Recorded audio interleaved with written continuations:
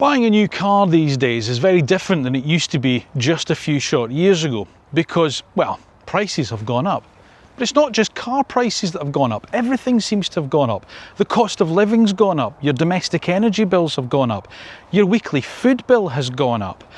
Whereas £20,000 a few years ago used to buy you quite a decent car, now it barely gets you in the door. And it makes you wonder whether or not you should even bother. And then right on cue, this arrives, the Chery Tiggo 4 Hybrid. A family SUV with over 200 horsepower, a hybrid drivetrain, a comprehensive warranty package for just $19,995. Now when you think about it, when it comes with all the equipment, this comes with the standard with that warranty package, you've got to think to yourself, where's the catch?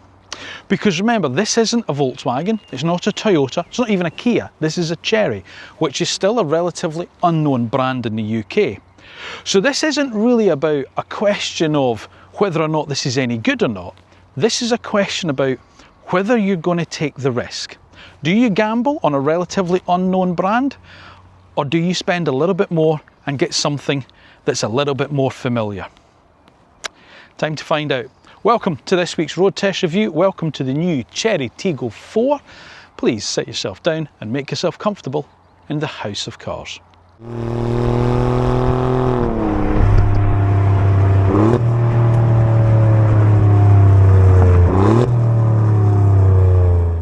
Now the Chery Tiggo 4 isn't really about its design or its engineering or the standard equipment level you get with it.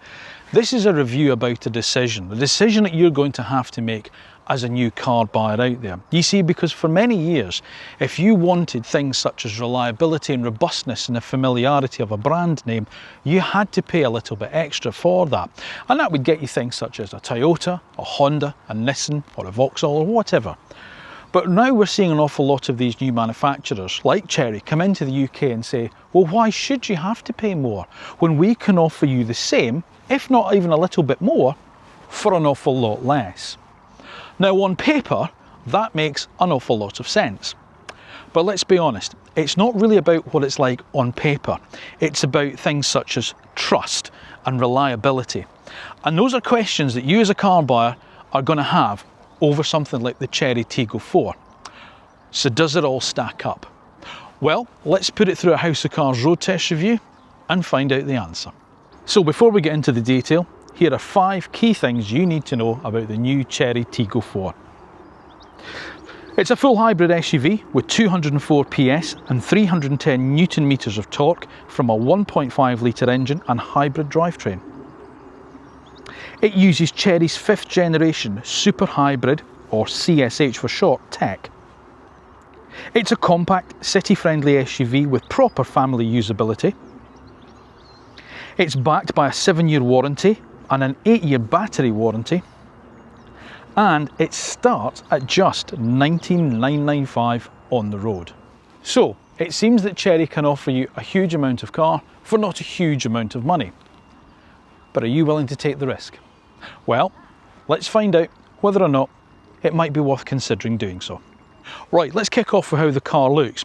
And there's no denying that it's part of the Chery Tiggo family because it shares a lot of commonality with its larger siblings, the 7, the 8 and the 9. Which is a good thing in some respects, but maybe also a little bit of a negative because Chery have maybe fallen a little bit into that Audi Russian doll-esque styling trap, I think. You know, you look at it and in some respects you're going, is it the 7? Is it the 8? What is it? Unless you're known about physical size of the cars, you're not really going to know which one it is. It would be nice to see a little bit of differentiation from them. However, it is a good looking little car in some respects. It's quite bold, it's quite confident about its stance, and it's not so much a crossover, it does look like an SUV. And I know a lot of people are going to like that because that's what people like, that high sort of driving position, that more upright stance. It makes the car look a bit more robust, and dare I suggest it's maybe going to make you think about safety as well. And for a family car, that's going to be important. Of course, you get your LED headlights, and there's a huge amount of standard equipment on the car, which obviously we'll talk about a little bit more going to pricing, but you get LED lights there, you get daytime running lights just down there, and you get a swathe of gloss black plastic, which is then punctuated by these sort of like matte silver diamond finishes across the front. As I say, it gives it quite an assertive look at the front of the car. The only thing I will say about this is the badge. I don't have a problem with it at all, but it doesn't have to remind me of Nissan's Infinity badge. You know, their high-end brand. I'm surprised somebody from Nissan hasn't come knocking on the door of Chery going, excuse me chaps, what do you think you're doing? Anyway, that's what you get there. That's the big bold badge. Of course, it's got a forward-facing camera there, and I say this is a grille because it is a combustion engine that's in here, so there's some cooling goes in there. There's a little bit more down the front, and there's some nice sculpting work on the bonnet. But if what you're after is an SUV rather than a crossover as such, then the Tiggo 4 even is going to tick a lot of those boxes for you. It's when you see it inside profile you realise that it is a much smaller car than its siblings. 4.32 metres long with a wheelbase of 2.61 metres. And it's quite high as well. You know, it's not a crossover, as I say, it's like a proper little SUV, 1.65 metres high. So it's a good sort of like size of car, and that makes sure you get good interior space out of it. There's going to be two models. You can either have the Aspire or the Summit. It's the Summit that I've got here, which is slightly a higher grade of equipment, but mechanically they're exactly the same. You get 17-inch alloy wheels. Not sure on the make of the tyres, however. Saloon tyres, never heard of them. So we'll see what that's like when we drive it. Ubiquitous black plastic cladding around the wheel arches, and then the protection down the bottom of the sills as well to give it, as I say, that more kind of rugged off-road type of look. But then again, look, doors wrap right underneath the sill of the car with a nice sort of rubber seal there as well. So that keeps the sill of the car nice and clean for getting in and out of it. Higher grade models, Summit, you get the privacy glass on the back, you get the satin finish roof rails as well on the car as well. But it's quite a nice boxy little SUV shape. So if that's the type of thing you're after, as I say, it's certainly going to meet a lot of your requirements. And as I say, you can really sort of like tell the family resemblance from the rest of the cars as well. But maybe that's a little bit of its failing as well. Maybe it needed to stand out a little bit more in the market space rather than just on price. There's an element, I think, of Volkswagen about the design of the car. You know, the Volkswagen, is it the Tiggo, the T-Roc, those smaller SUVs that Volkswagen do? Just sort of at a glance reminds me of those cars. You get this really quite nice light signature with the rear light bar that stretches the full width across the back, and of course the Chery lettering just on this Perspex light bar there. Of course your Tiggo 4 badging down there, and your CSH Chery Super Hybrid. Do love these names they're coming out with. Integrated roof spoiler, which helps obviously the aerodynamics and will help a little bit the efficiency with a high mounted brake light just in there as well. Of course you get a rear wiper because you're going to need one, and of course there's parking sensors across the back. A nice robust black plastic rear bumper as well, which obviously is handy and practical for us family car. And as we'll talk about practicality, you've also got quite a nice deep tailgate on the car, so loading height isn't too bad either. So what do we think? I think it's not bad. I don't mind it at all. It's quite a nice looking little car. Some of the bigger Cherys I actually quite like the look of. They've got more of that sort of rugged SUV-esque look to them rather than apologetic crossover. And I think they've transferred that design well into a smaller car. And as I say, that boxy shape is going to aid for the practicality, which is exactly what you need for a family car. But as I say, my only doubt with it is that it does look a little bit, as I say, Russian doll styling with the other Cherys that are in the range. You know, it's quite difficult to see at a glance which one is which in some respects. And I think for a marque that's maybe trying to make a mark in a new marketplace, maybe they should maybe have been a bit bolder with this, especially as a family car. But look, that's my opinion. I'm not buying a car, but you might be. What do you think? You know, maybe somebody out there likes the fact that it's quite a subtle looking car. It's not too in your face. It doesn't stand out apart. Maybe the fact that's just exactly what you're looking for. Something that just blends in and gets on with the job. Does it do that for you? Or would you prefer to have seen something a little bit more daring? Do you prefer the more bold looks that some people at BYD are going for? Or do you actually prefer the more subtle, more rugged SUV-esque look that Chery have done? Whatever it is, let me know your thoughts in the comment section. So, is it practical? It's not bad actually. 430 litres is what you get with the rear seats in place. They're a 60-40 split, and if you fold those down, it will take total capacity up to 1,155 litres.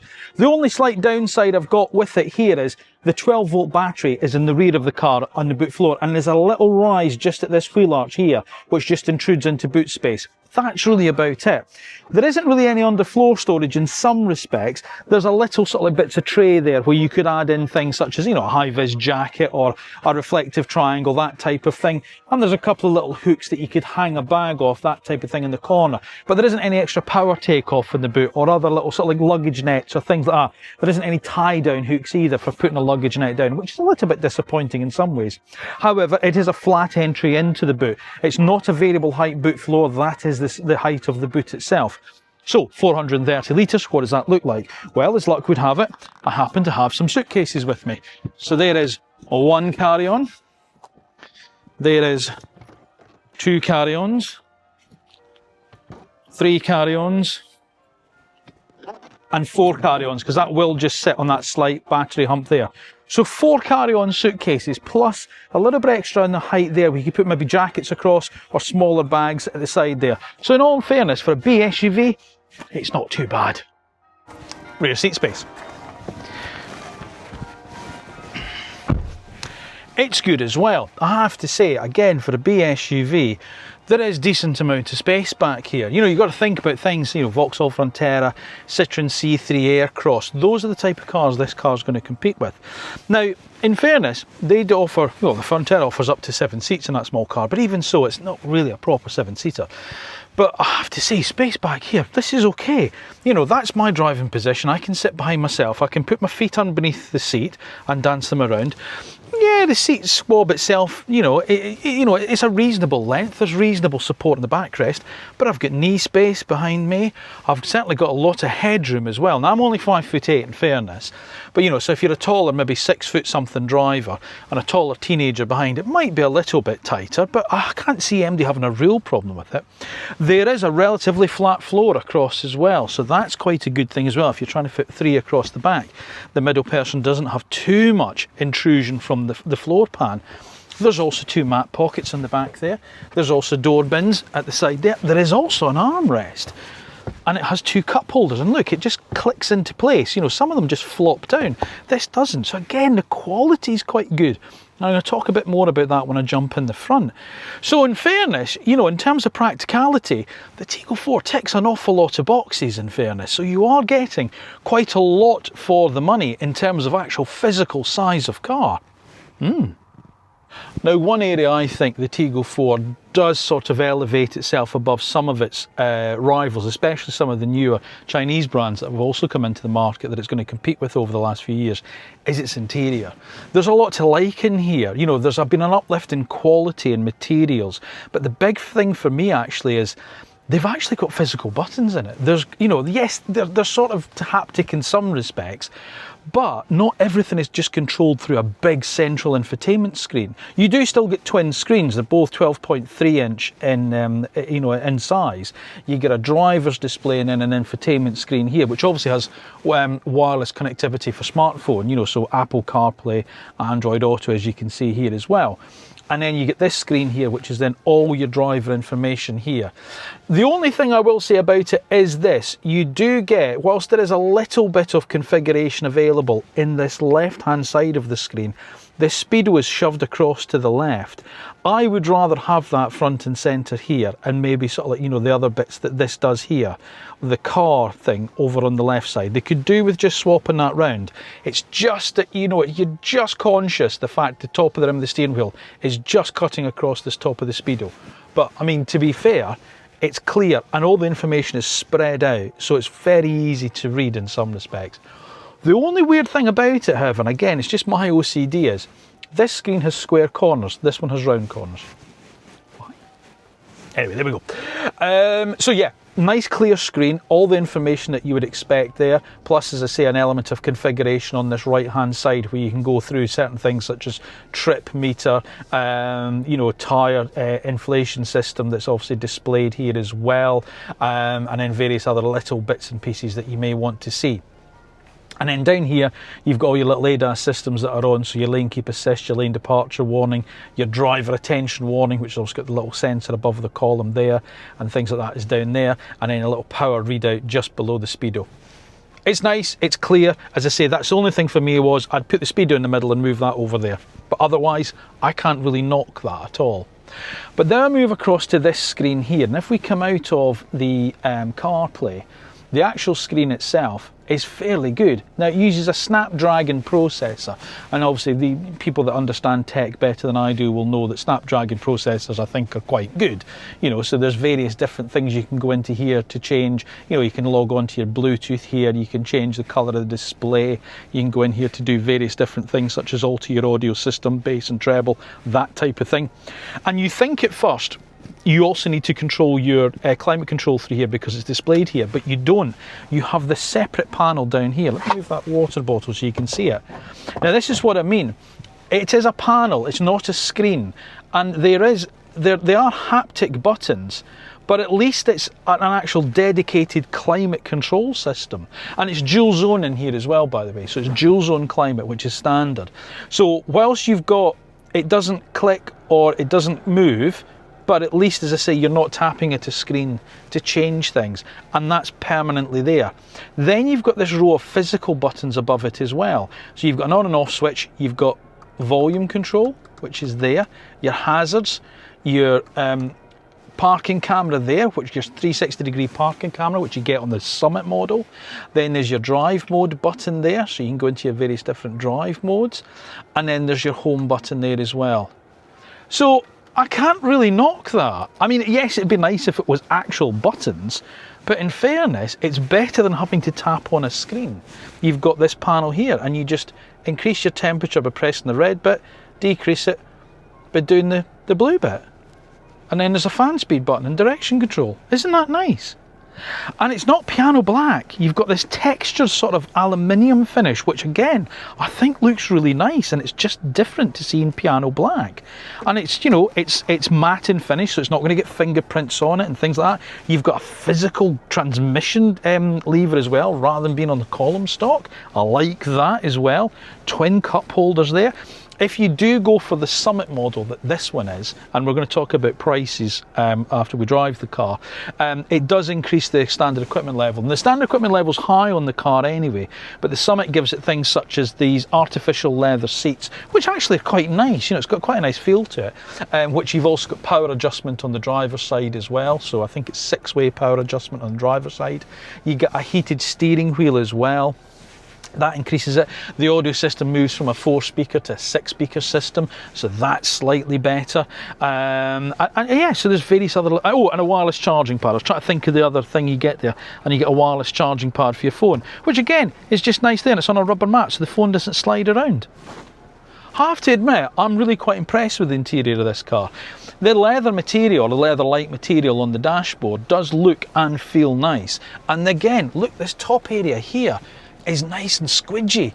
Now, I've come up to the launch today in the new Honda Prelude, and I was thinking on the way up, what a lovely dashboard the Honda has, because again, it's got this squidgy rubber. It's the same here, you know, on this Chery Tiggo. It's a really nice dashboard. I really like it. I'm genuinely struggle to find a fault with it. 2 cup holders, centre armrest there. Ah, there's a fault. It doesn't latch. It just folds down. That's maybe a thing, but again, you know, price point wise, I suppose. And then underneath here, there's a big storage bin as well. So there's more storage there. There's USB A and C connectivity in there. You've got decent sized door bins that'll take a water bottle as well. That's there. You've also got a steering column that's height and reach adjustable, which has, again, the same style of buttons on it here. Yes, it's one big button that moves when you press it. But again, it's sort of muscle memory. Once you start to get used to knowing where which is doing what, at least it is actually a button that you're pressing. And there's a favourite button on it as well, so you can go straight to your favourites here.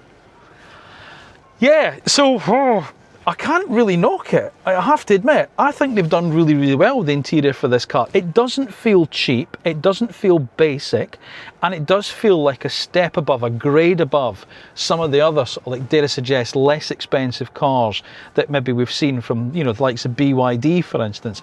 I think this is a much nicer interior, and I think it is, you know, pretty much on a par with what you would expect from people like Honda, Toyota, you know, Vauxhall, the Stellantis group. I don't think they've actually got an interior that's as nice as this, and that's before we talk about the price point. Comfort wise, it's okay. You know, again, until I've done a really long drive in a car, I can never give you a fully honest opinion of what the seats have been like. But in fairness, in first acquaintance, they've got a decent amount of lateral support. They're relatively long in the squabs. They've got good under thigh support. As I say, there's a fully adjustable steering wheel, which is nice. And then of course, as I say, you've got dedicated stocks for everything you'd expect. Then of course, you get things such as automatic lights and automatic wipers. You know, so that your lights and indicators are over on your left hand stalk and your wipers are over on the right. Yeah, it's good. It's good. I'm impressed. I have to admit, I'm very impressed with this interior. It's a bit grey, but you know what? I'll take that considering the rest of it is so good. But yeah, I think you're getting an awful lot for your money with this. But we'll talk about that a bit later on. Money. Right, let's get technical. Gas struts on the bonnet, that's interesting. So what we've got here is a 1.5 litre 4-cylinder engine and an electric motor, and they drive the front wheels through a DHT, a dedicated hybrid transmission. That gets its power from a 1.83 kilowatt hour battery. The whole system combined gives a power output of 204 PS, which is very good for this size of car, and 310 Newton meters of torque. Now it's a hybrid system in the sense it's not a plug-in hybrid, so you don't have to plug the car in, the car sorts itself out, and obviously it provides electric power. Sometimes it provides both combustion and electric at other times, and torque fill and things like that. You don't have to worry about that, you drive it as a normal car. This is Chery's Super Hybrid system, or CSH as they call it. Now here's the thing. It's a fairly unknown brand. This is my point at the beginning. Do you take the risk on an unknown brand? Well, I wasn't really sure whether or not to mention this in this review, but I will, in the sake of, obviously, I like to be honest in my reviews, and I hope you guys appreciate that. But 2 weeks ago, I was on holiday with a Chery Tiggo 8 down in Cornwall with my family. And whilst I was down there, I had to go to the Volvo ES90 press launch. And I was driving to the press launch in the Chery, and it broke down. It had an electrical system failure where the battery wasn't being charged by the engine, and eventually the whole thing, the 12-volt battery, the electrical system, just shut down and left me stranded on the hard shoulder of the M5 motorway.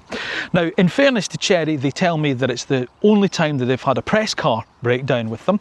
I'm not suggesting that some customers maybe haven't experienced something similar, because obviously remember, Chery also have sister brands which are Moda and Jaku, and I have seen other reports of sometimes the system being not so reliable there. So all I'm going to say is this: it's still got to be proven as a brand as far as I'm concerned. So the warranty they offer, it's a good job that it's quite lengthy in my book. Now, 19,995 is what this car costs on the road. This particular one I've got, the Summit, it's a bit more expensive, it's 21,995. So on the face of it, like I said right at the start, you do seem to be getting an awful lot of car for your money. Is there a catch? Yes, I think there is, and this is one of them. This is one of the catches. There's a couple of catches, I'll get on to the other one in a second, but this is one for me. It's the way the car drives. Now don't get me wrong, it's not a bad car. There will be some people who will drive this car and will go, that ticks all the boxes I need it to tick. That does exactly what I need a car to do. And at that price, what do you expect? That's the thing, isn't it? And that's my point. Is it worth spending more and getting more? Because trust me, you do get more with some of this car's rivals.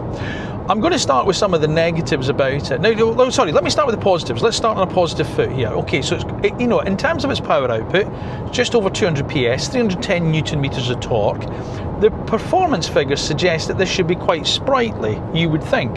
But yet, let me put my foot down now, from 60 miles an hour. Now it starts to perform. That's the point. There's no, whilst it's a hybrid and you think, oh, it's an electric motor, you get that immediate slug of torque. That's one of the benefits with a hybrid. Not here, I'm afraid. And then there's this big noise from underneath the engine, from underneath the bonnet, where the engine just seems to rev flare, and then nothing really happens until much later on.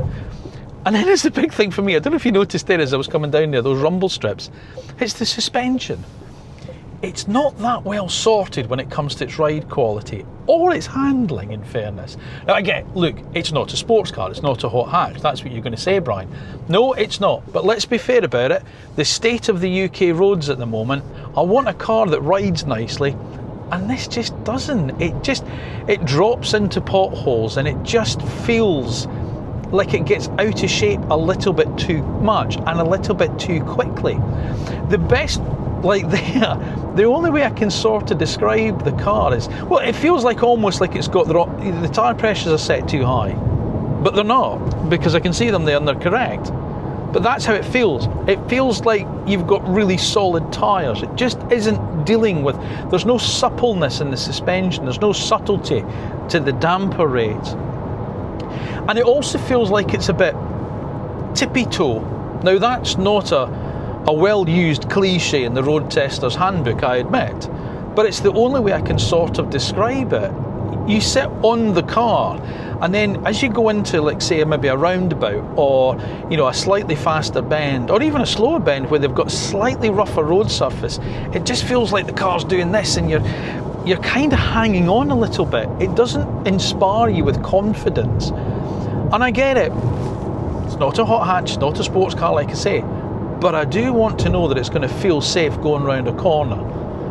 And it just doesn't give me that confidence when I put the car into the bend.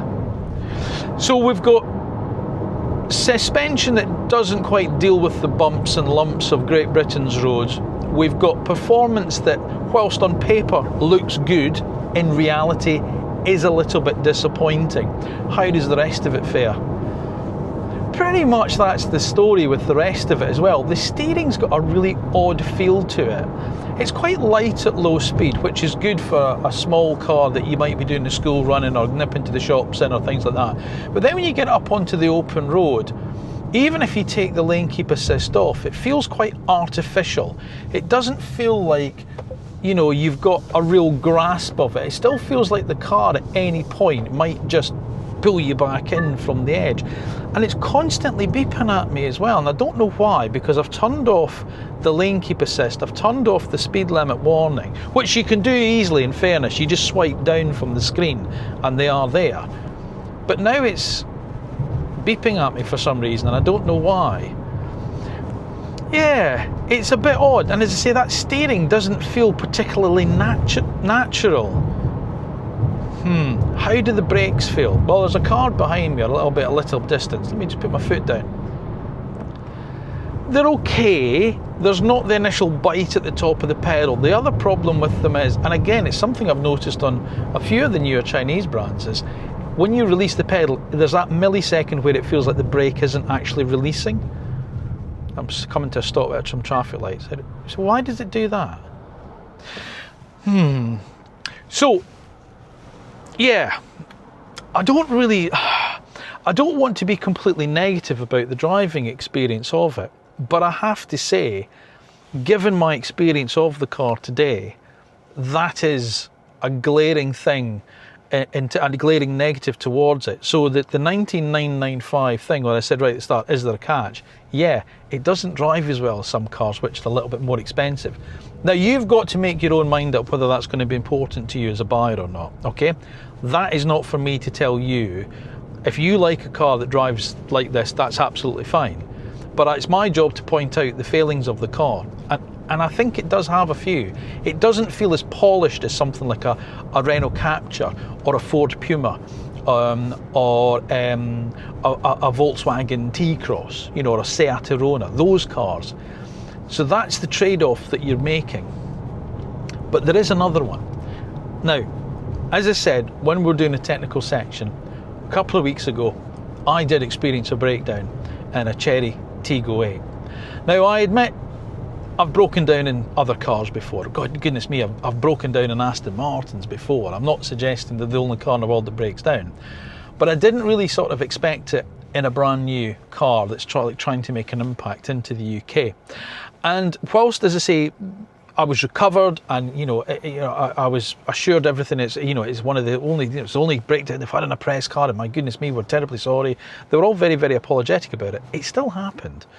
And the thing that was in the back of my mind was, I was on my way to a press launch. I ended up having to get a taxi to the rest of the way there, which was not an inconsiderable amount of money.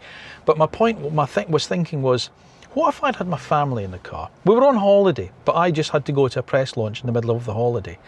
And I thought, what if I had to, I had Liz with me and Katie and my dog, I'd be at the side of the road for 2-3 hours waiting on the RAC to recover me. And that's what it was. Now, no thing to the RAC, the guy was brilliant, he was very good at what he did, you know, but then when we were trying to recover the car, we were trying to get it to the Chery dealer, it failed again another 2 times.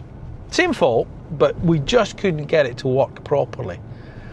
So there's this nagging doubt in the back of my mind about the reliability of it. Now, again, it could be a one-off, it could have been that car, and I appreciate cars are mechanical things. They fail, they break down. I've been doing this job long enough. Over 30 years I've been in the motor trade. Cars break down, I understand that. But it's still annoying when it happens. And I just didn't really expect it to happen. And that's my point with it. So what I want you to do is, if you've got, and bear in mind Chery also has a Moda and Juke in the stable as well. If you've had an experience like this, I'd like to know about it. Put them in the comments down below. Let me know what your experience has been, because people are looking at these reviews, maybe thinking about buying these cars, and I think it's important that we get real ownership reviews on them. So I'd like to know your experiences, good or bad. Let me know them. Right, back to this car. So, it's not that great in performance, it doesn't handle particularly well, and its ride quality is a bit poor. Is there a good thing about it? Well, yes, there is. And I have to admit, it's how you sort of like drive the car. Now, I prefer to sit a little bit lower in a car, but that's me. But my partner Liz likes to sit really high in a car. That's why she likes an SUV. And you do sit high in this car. It gives you that more SUV style of driving position, rather than a sort of like a low slung crossover. So if you like that, you'll get on well with this car, which means you can really see the extremities of the car. I can see the front of the bonnet. If I turn around, I know where the back of the car is. It's exactly where it is. And you know, you can easily see it by just turning round. So manoeuvrability wise, parking at Sainsbury's, outside the school gates, at the railway station car park, whatever you're doing, it's a nice easy car to see out of. I also like the fact that all the controls are slightly raised up as well. So whilst I don't particularly like sitting this high in the car, at least all the controls are up to meet me. So these physical controls here, the heating and ventilation pad that's down here, okay, they're not physical buttons, it is a touch pad, but at least you're not having to deal with it through a screen. So I do like that. I also like the fact that the door controls as well, so things like the mirror controls and the electric window switches, they're at a nice level as well.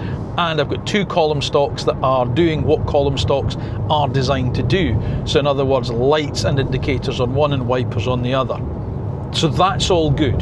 The screens themselves are nice and clear. Yes, as I said before, I would prefer the speedometer to be in the middle of this screen, but it's big enough and it's bold enough you can see it on the left hand side. And there's plenty of other information to do, which is because the screen is so big and the way it's laid out, you can easily see it at a glance. So that's a good thing as well. But it does bong at you an awful lot, as a lot of these Chinese cars do. The other thing that is slightly annoying, however, is the driver monitoring system. Now again, I can't really lay the blame at this at Chery because, well, every car's got this now, but again, you take your eye off the road to do something down here and it immediately tells you you're not concentrating. Well, don't put things on screens and touchpads, just make them all physical buttons so I can do it with muscle memory, and then I won't have to take my eye off the road. Not my fault. So conclusion, well, I'll put it like this. Is there a catch to the car? Yes, there is. And as I say, the first catch for me is the way that it drives. It doesn't feel as well polished as some of its rivals. It doesn't feel as good, as I say, as some of the European cars you know, that we've had in this marketplace for a while now, that wear things such as the Volkswagen badge or the Seat badge or the Ford badge, and even sort of like cars, you know, from Honda, Toyota. Yes, they are more expensive, but you can feel where that money has gone, dare I suggest. It feels a more sorted car, a better engineered car. It feels like this has still got some way to go before we can really mention the Chery name in the same breath as some of those cars. Now, you know, you look at the likes of Kia and Hyundai, it took them a number of years for us to really accept them, for us to really talk about those cars and sell in the numbers that all of a sudden put the frighteners on Ford and Vauxhall and people like that. These seem to be coming into the market, these Chinese brands seem to be coming into the market, and they're telling us they're selling a huge number of cars. They are, and it's down to price. it's certainly not down to the way that they drive, because if it is, either I'm no good at my job, and with respect, I've been doing this job for long enough, I think I'm fairly decent at it, or some people just don't care, or there's something not quite right there. So is it worth the money? Yeah, it is. Is it worth spending more and buying something from a more familiar brand? From me? Yeah, it is. Find the extra money, because this has still got some way to go before it's as good as those more established rivals in my book.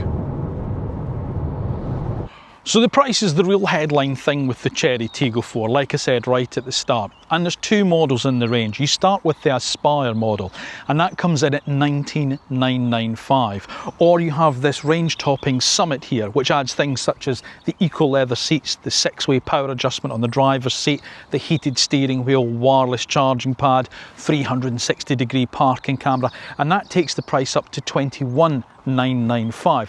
So there's no doubt in my mind that it offers good value for money. And as I say, even the basic Aspire model isn't exactly basic. You do get a lot of car for that money. And I appreciate other competitors that we're going to talk about do start obviously charge a little bit more for less in some respects. As I say, you also get a 7-year warranty with the Chery and 8-year on the battery. But as I say, having had the experience of the car, or not this car, but a Chery breaking down on me, I am glad that they have put quite a lengthy warranty on them. And it would be interesting to know from you guys out there, anybody who's bought a Chery or a Jayco or a Moda, if you've had similar issues with it. So if you have, or if you've had great service from it, please don't get me wrong, let's look at it from a positive point of view. Let me know in the comment section down below. Now, as I say, we're going to move on to talk about the competitors now, but there's just that niggling doubt in the back of my mind that dare I suggest you pay less for this car, but maybe there is a trade-off with that. Now, BSUV, I've said it plenty of times, you're probably sick of hearing me say it. Big market in Europe. 1 in every 5 new cars sold today in Europe is a BSUV, so it's got plenty of rivals out there. But as I say, most of them do cost a little bit more, but they are from more familiar brand names. I'll mention a few of them. There's a couple that I think are very good value for money, and that's the Vauxhall Frontera and the Citroën C3 Aircross. Both of those cars from well-known brands and offer good value for money. You've also got things such as the Toyota Yaris Cross, a very popular BSUV, especially with a hybrid system in it, albeit it is a lot more expensive. You are getting a Toyota badge on the front of it, and of course Toyota, with their warranty system, let's be fair, although it's only 3 years from the showroom floor, remember it's service activated up to 10 years or 100,000 miles. So that certainly gives you that sort of peace of mind as well. And you've also got things such as the Honda HR-V to consider, the Nissan Juke, the Ford Puma, big seller in the UK as well, and of course all the other Stellantis group brands as well. Fiat are going to get in the action soon with the Grande Panda, although it's more of a sort of super mini. They do offer the 600, there's the Jeep Avenger as well, you know, again familiar brand names that we all know. And of course if we're looking at newer brands, maybe such as BYD, then they've come in with the Atto 2. But as I say, they've certainly hit, I think, the nail on the head in terms of value for money with the Chery Tiggo 4, but maybe there is a price to pay for that price. So, the Chery Tiggo 4, is it worth the risk? I've got to be blunt with you in some respects. Like I said right at the start, you can pay more money and get that reassurance of more familiar brand names. You know, Toyota, Honda, Ford, Vauxhall, whoever it is. And Chery are coming in and saying, we can give you the same for a lot less. But there's a doubt in the back of my mind that it isn't the same. There's still a doubt for me over this badge. It still has to prove itself to me. And it's not a case of whether or not the car drives well, or whether it's practical enough, or whether or not it does offer good value for money, because in fairness, it certainly does. For me, it needs to offer more than that. It needs to offer reassurance. And at the moment, that's the doubt that still lingers in my mind, irrespective of what this car is like to look at, what it's like to drive, and what it offers for the money. But if you can remove that doubt, if you don't have that doubt, and you are looking at it purely from a value for money point of view, then there isn't really that doubt in my mind that what it does offer is something quite exceptional. Cars like this aren't going to sort of like change the marketplace in some respects, but they will change a lot of people's minds, dare I suggest, to these newer brands, and they are doing it on price. On the face of it, there certainly seems to be a lot to recommend the Chery Tiggo 4. It might not be the safest choice, it might be the smartest, and it's certainly the cheapest. But would it be your choice? Because at the moment, I don't think it'd be mine. Thank you for watching another review here on House of Cars. As always, please make sure that you are subscribed to the House of Cars channel, and then when you've done that, make sure you've turned on your notifications so you don't miss the next one when it's uploaded and it's gone live. If you've enjoyed this week's review, and obviously I hope you have, give it a little thumbs up for me, and as always, let me know your thoughts in the comment section down below. Would you take the risk? Would you spend just $19,995 on a relatively unknown brand? Or would you pay a little bit more and go for something that's a bit more established? Or a used car? Let me know that. Now, if you want to follow me, I'm across on Instagram. It's very easy. It's at House of Cars 1973. So if you want to show your support there as well, I'd certainly appreciate it. And remember, whether or not it is a new car or an old car, a small car or a large car, a slow car or a fast car, you'll find them all here in the House of Cars. Thank you again for watching. Thank you for your continued support. I'll see you again soon.